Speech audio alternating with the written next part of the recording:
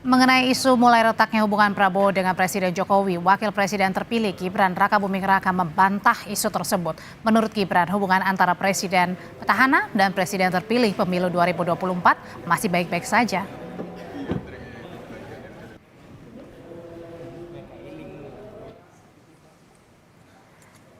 Isu renggangnya hubungan Prabowo dengan Jokowi muncul saat momen Presiden Jokowi tidak menyalami Prabowo di Istana Negara dalam acara Zakat Basnas 13 Maret lalu. Ditambah lagi karena Gibran tak hadir ketika Prabowo menyampaikan pidato pasca penetapan hasil pemilu.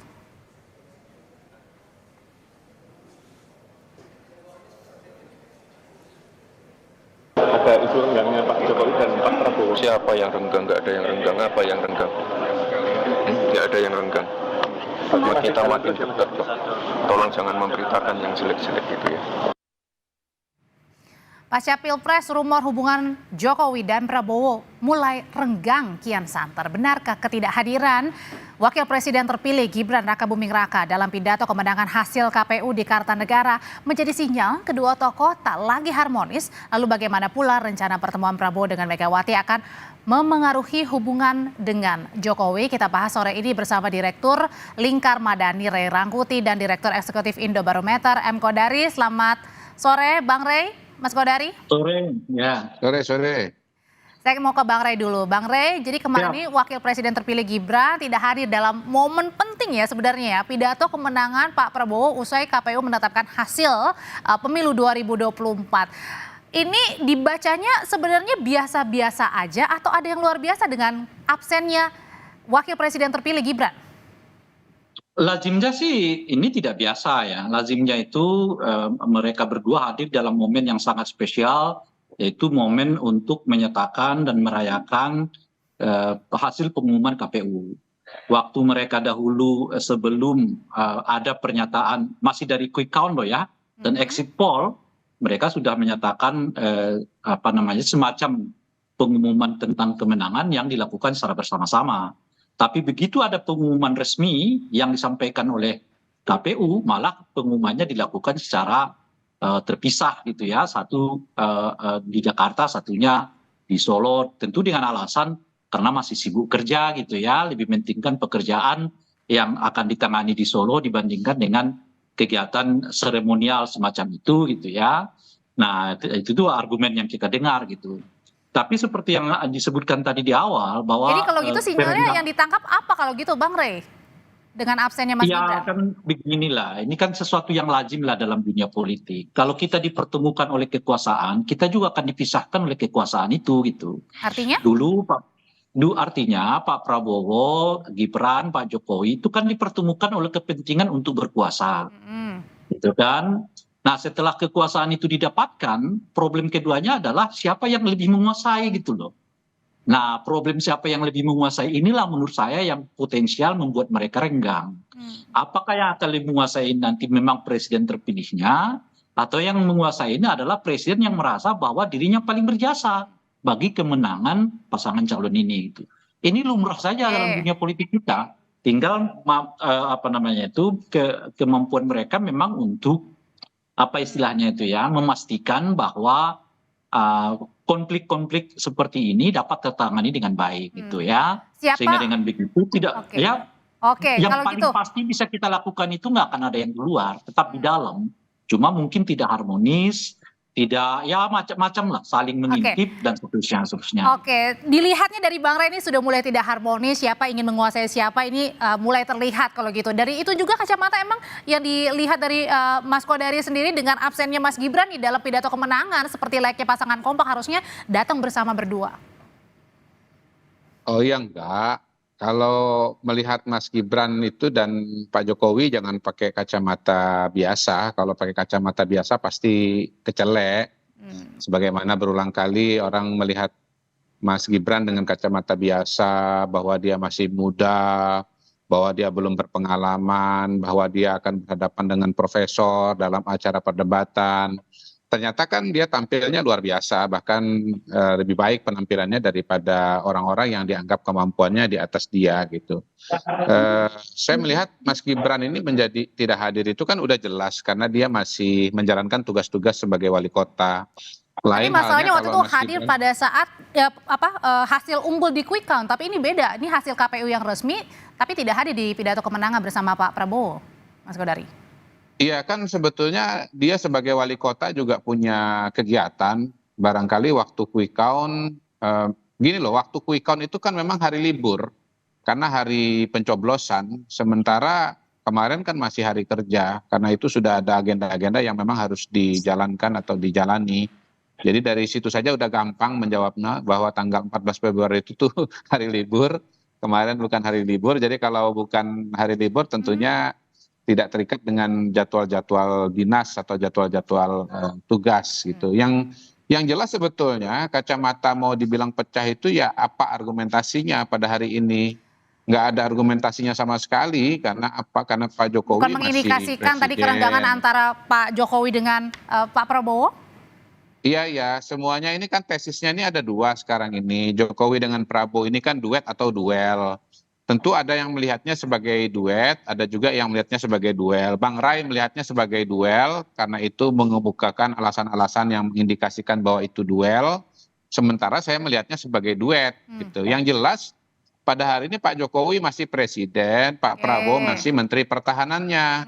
Kemudian nanti ke depan Pak Prabowo akan jadi presiden dan Pak Jokowi masih diharapkan atau dilihat punya kemampuan untuk membantu dan mendukung Pak Jokowi. Apalagi Mas Gibran adalah wakilnya bagi Pak Prabowo gitu. Kalaupun misalnya ada perbedaan-perbedaan, ya kita lihatlah mungkin 6 bulan, setahun, 2 tahun, kemudian nggak bisa baru dilantik atau bahkan belum dilantik sudah dibilang mereka ini tidak duet gitu. Iya, tidak harmonis. Kalau saya lihat sih ini upaya untuk memecah belah Prabowo dan Jokowi kok. Ini jelas divide et impera. Oke, karena gini, dilihatnya Bang orang ini untuk bisa akrab gitu. Ya, karena gini dilihatnya Bang Ray juga melihatnya seperti apa nih pada saat beberapa waktu lalu Pak Presiden ada acara di istana, Pak Menhan, Pak Prabowo juga ada di sana, semua menteri disalami, tapi Pak Prabowo-nya tidak disalami sama Presiden yang sebenarnya juga mendukung kan Prabowo Gibran ini dalam Gini Audrey ke Bang Ray dulu. Coba tunjuk, enggak gini, saya mau meluruskan gini ya.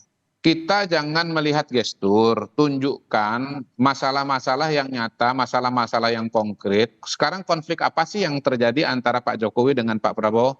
Konflik yang nyata sekarang ini apa? Apa yang kita lihat ada apa enggak? Kalau enggak ada jangan diada-adakan. Mohon maaf ya, jangan maksa-maksa juga. Kalau memang enggak ada peristiwanya jangan dipaksa-paksakan. Oke, kalau gitu saya mau tanya pandangannya Bang Ray. Yang mana yang tadi ya? Pandangan tadi sikap semua menteri disalami tapi kemudian Pak Jokowi tidak menyalami Pak Prabowo, apakah itu sebuah kebetulan? Ya kalau konflik dalam pengertian satu ke kanan satu ke kiri ya memang tidak ada. Ini kan yang kita lihat ini masih gejala-gejala kan. Belum mengarah kepada apa yang disebut dengan konflik yang kita sebutkan itu tadi. Gejala-gejalanya itu yaitu gitu. Kenapa itu bisa terjadi? Ya saya sudah menyebutkan kalau Bung Kodari kan mengatakan jangan dilihat dari kacamata biasa. Kalau dalam kacamata biasa itu lumrah terjadi karena kalau dua orang dipertemukan oleh kekuasaan, maka kekuasaan itu pula yang akan memisahkan mereka gitu. Nah dulu Pak Prabowo dengan Pak Jokowi itu dipertemukan oleh kepentingan kekuasaan. Pak Prabowo jadi calon presiden, ya wakil presidennya adalah anaknya Pak Jokowi, dalam hal ini adalah Gibran gitu. Nah tentu setelah kekuasaan itu di tangan mereka bagaimana? Ya mereka akan berkepentingan untuk mengakumulasi kekuasaan sebanyak-banyaknya.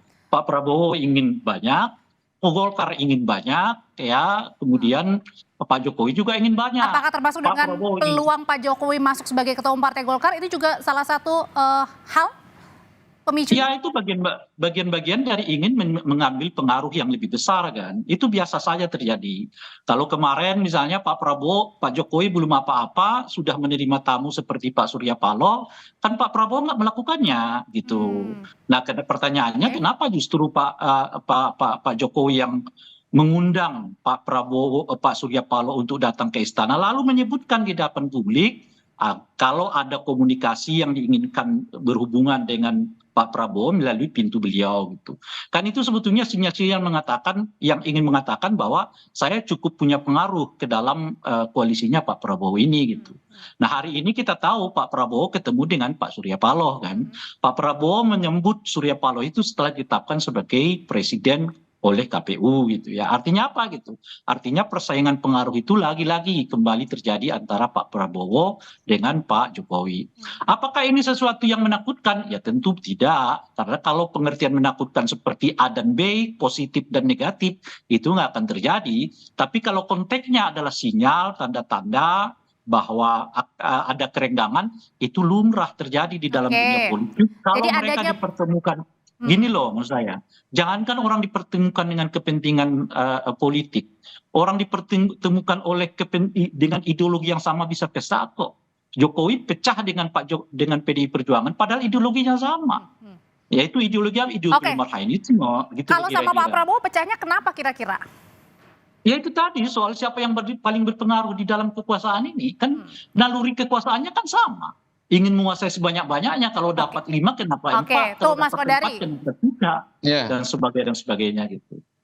Nah kalau gitu dilihatnya apakah dengan kabar bahwa Pak Jokowi juga sodorkan untuk menjadi ketua umum Partai Golkar itu juga menjadi langkah tersendiri bagi Pak Jokowi untuk menguatkan posisi tadi ya, kalau kata Bang Rey bilang siapa ingin menguasai siapa? Ya, tergantung kepada apa yang mau dicapai ya. Kalau kita bicara Indonesia Maju misalnya ya, mengawal agenda Indonesia Maju, maka saya melihat Pak Jokowi dengan Pak Prabowo itu sebagai satu kesatuan, sebagai satu tim, bahkan duit tunggal. Pak Prabowo walaupun beliau presiden, walaupun beliau ketua umum Gerindra, tentu tidak bisa mengawal agenda Indonesia Maju itu sendirian.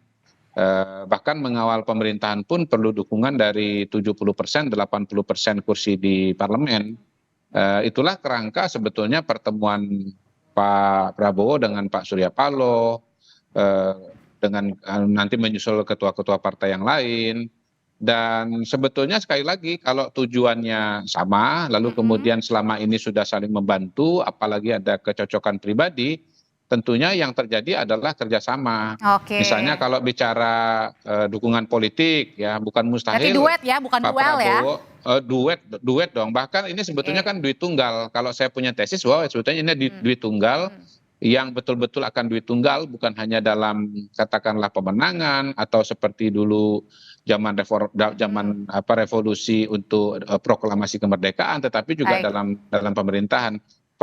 Bukan mustahil Pak Prabowo memberikan ruang bagi Pak Jokowi untuk membantu dia dalam konsolidasi politik dari kalangan elit politik dari partai politik. Kalau begitu, gitu, terakhir Bang Rey singkat aja. Kalau gitu kan ini ada rencana nih, ada wacana Pak Prabowo akan bertemu Bu Mega. Kalau misalnya rencana itu terjadi, apakah ini juga merupakan sinyal tersendiri? Iya, di bacaan kita begitu. Karena kalau misalnya berkali-kali lah ya, cara politik tadi misalnya seperti Bung Kodari mengundang sebanyak-banyaknya untuk masuk ke dalam koalisinya Pak Prabowo, bagi saya yang paling dekat dengan Pak Prabowo itu adalah PDI Perjuangan. Dan paling dekat juga dengan Pak Jokowi itu adalah PDI Perjuangan. Kan kalau PKB, Nasdem, tapi tidak membuat PKS, panas kalau misalnya bertemu dengan PDI Perjuangan? Ya, maksud saya, tentu buat panas, karena itu kan bagian dari yang kita sebutkan itu tadi, bagaimana pengaruh ini lebih dominan. Nah, Pak Prabowo kalau mengundang ketemu dengan Ibu Megawati, ya dengan sendirinya mengatakan bahwa Pak Jokowi ini bukan siapa-siapa lagi di lingkungan mereka gitu loh. Yang nentuin saya mau ketemu dengan siapa itu ya saya gitu loh kira-kira, bukan Pak Jokowi gitu loh kira-kira itu. Itu yang mau disampaikan oleh Pak Prabowo. Dengan begitu, Pak Prabowo mau mengatakan kepada publik, yang menguasai ini koalisi bukan namanya Jokowi, tapi namanya Pak Prabowo gitu loh kira-kira. Bang Rey Rangkuti, terima kasih. Mas M. Kodari, terima kasih. Sehat selalu semuanya. Baik. Sama-sama.